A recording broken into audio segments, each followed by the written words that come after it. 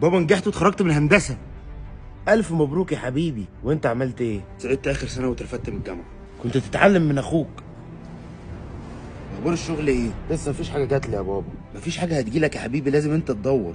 انا ادور ازاي؟ انا مهندس، هم اللي يدوروا عليا. انا كنت بدور على شغل لو سمحت. معاك ايه؟ ثانويه. يبقى هتشتغل عامل.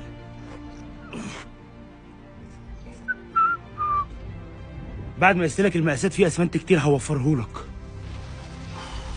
بعد كده تستعمل نص شكاره الاسمنت بس.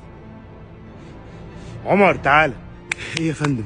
انت بتشتغل احسن من اي حد هنا وعايزك تمسك المشروع. تمام يا فندم، بس هحتاج مهندس معايا. الو، شغل، جالي شغل بابا، جالي شغل اخيرا بعد سنتين قاعد في البيت. مش مهم، انا رايح اقابل مدير المشروع بنفسه. ومدير المشروع فين؟ ايه ده ازاي؟